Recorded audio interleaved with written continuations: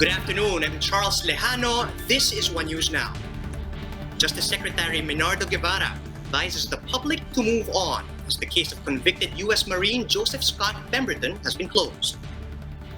In a text message, Guevarra said he cannot speculate anymore on President Duterte's motives, as the chief executive has already explained his reason. Earlier today, the Corrections Bureau turned Pemberton over to the custody of immigration officials.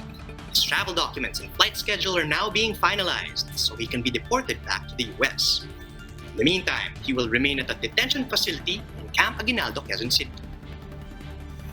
The Health Department clarifies that American drug makers did not ask the Philippine government for anything in exchange for access to COVID-19 vaccines. This after Palace spokesperson Harry Roque said that President Duterte likely granted absolute pardon to U.S. Marine Joseph Scott Pemberton to help the country gain access to vaccines being developed by American pharmaceutical firms. Health Undersecretary Maria Rosario Rejeres said they did have discussions with COVID vaccine manufacturers in the U.S., but there were no conditions given. Rejeres stressed that all potential vaccines will undergo the regulatory process in the Philippines.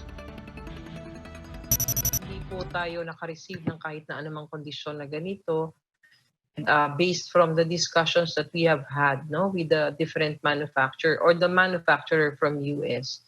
And katulad ng lagi naming sinasabi, lahat po ng bakuna na papasok dito para masiguro nating safe yan.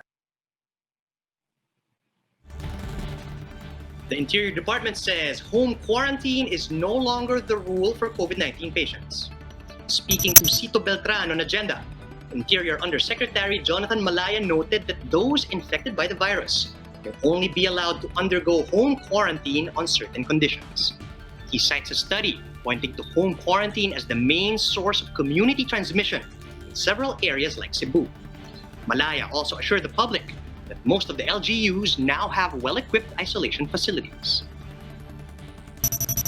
Bago lang messaging nitong policing ito is home quarantine is now an exemption rather than the rule. The rule is if you're okay.